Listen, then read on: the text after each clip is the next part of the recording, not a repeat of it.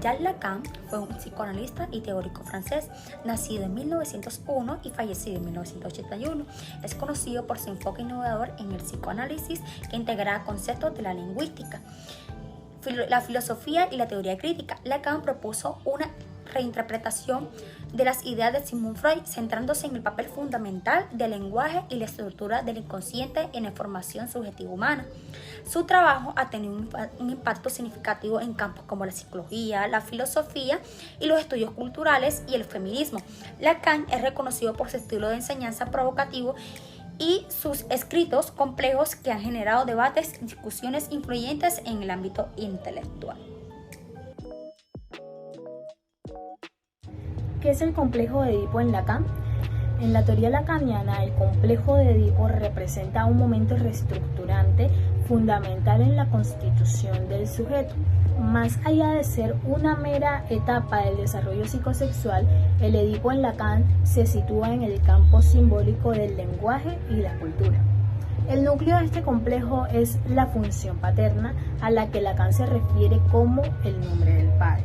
Esta instancia simbólica del padre introduce la ley y la castración que van a definir al sujeto deseante. Según Lacan, el complejo de Edipo implica una metáfora paterna esencial. En esta metáfora, el nombre del padre viene a sustituir el deseo de la madre que inicialmente cautivaba al niño, es decir, el sujeto debe renunciar al objeto materno prohibido y aceptar la mediación de la ley paterna. Esta aceptación de la ley del padre permite al sujeto acceder al orden simbólico del lenguaje y la cultura, como afirma Lacan. El nombre del padre interviene para dar su sanción a esa ley que estructura al sujeto deseante. Pero esta entrada en el orden simbólico también conlleva a una pérdida fundamental, una castración que marca al sujeto. En las palabras de Lacan, el complejo de Edipo es lo que define la estructura de la familia en su función simbólica, es decir, introduce la falta y la castración que constituyen al sujeto. ¿Qué es el falo en Lacan? ¿Qué es el falo en Lacan? En la obra de Lacan, el falo ocupa un lugar fundamental en la constitución del sujeto y en la articulación del deseo. Sin embargo, es importante entender que para Lacan el falo no solo se reduce al órgano anatómico masculino, sino que se trata de una función simbólica de gran relevancia. Bueno, Lacan define al falo como el significante privilegiado que organiza todo el sistema de significación para el sujeto. No es un objeto real, sino más bien un significante que representa la falta o carencia constitutiva del ser humano. Según Lacan, el falo es el significante destinado a designar en su conjunto los efectos de significado en la medida que el significante los condiciona. Es decir, el falo funciona como el elemento simbólico que estructura el deseo y la subjetividad. Pero esta función simbólica del falo también implica la castración, como afirma Lacan. El falo es el significante de la ley, que introduce la función paterna y a entrada del sujeto en el orden simbólico. Al acceder al lenguaje y a la cultura, el sujeto debe renunciar a la satisfacción plena. De este modo, el falo se convierte en el significante del deseo que representa el anhelo del sujeto por completar esa falta originaria que lo constituye. Sin embargo, Lacan deja claro que esta plenitud es inalcanzable, pues el falo siempre señala una carencia fundamental.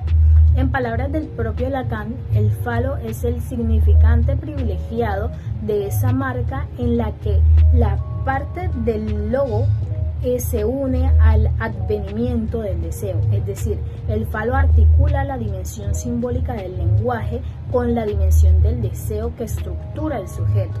Es decir, para Lacan el falo no solo es un objeto real, sino una función simbólica que organiza el deseo y la subjetividad del ser hablante. Representa la marca de la castración y la falta que definen al ser humano como sujeto deseante y que lo constituyen a través de su entrada en el orden simbólico.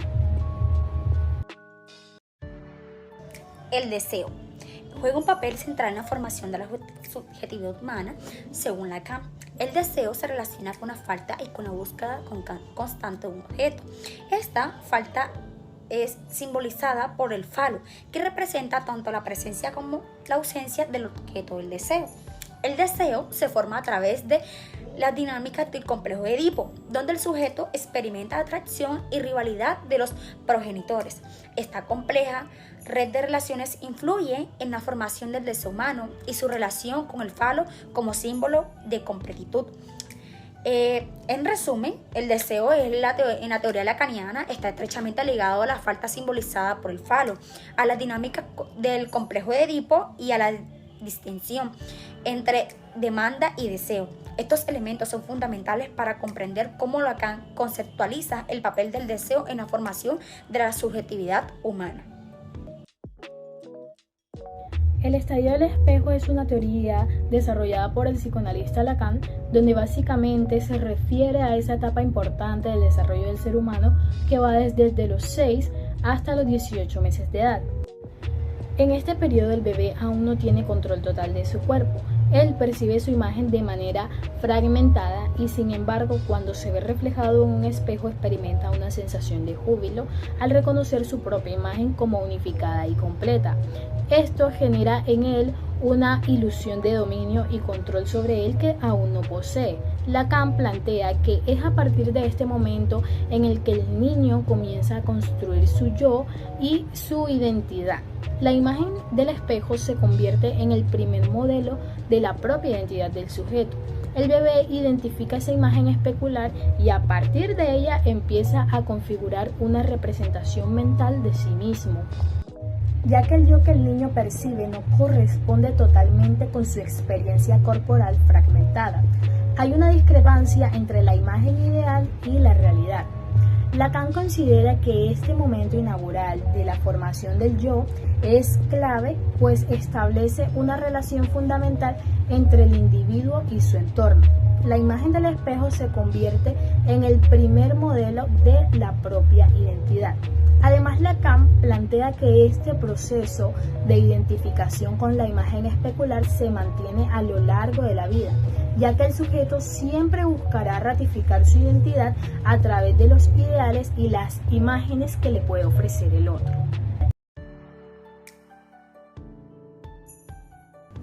Ahora tenemos otros tipos de Lacan. Como primero tenemos el imaginario, que es donde el niño se identifica con la imagen del padre, viéndolo como un modelo a seguir. El niño se percibe a sí mismo como uno con la madre. Como segundo tenemos la triada, es donde la etapa que el niño empieza a reconocer al padre como una figura separada que interfiere en la relación de la madre. Aquí se da el complejo de Edipo, donde el niño ve al padre como rival por el afecto de la madre. Por tercero tenemos la castración, que es el momento en el que el niño entiende que no puede tener la madre solo para él, porque el padre tiene un lugar privilegiado. Esto lleva a la aceptación de la ley del padre y la resolución del complejo de Edipo.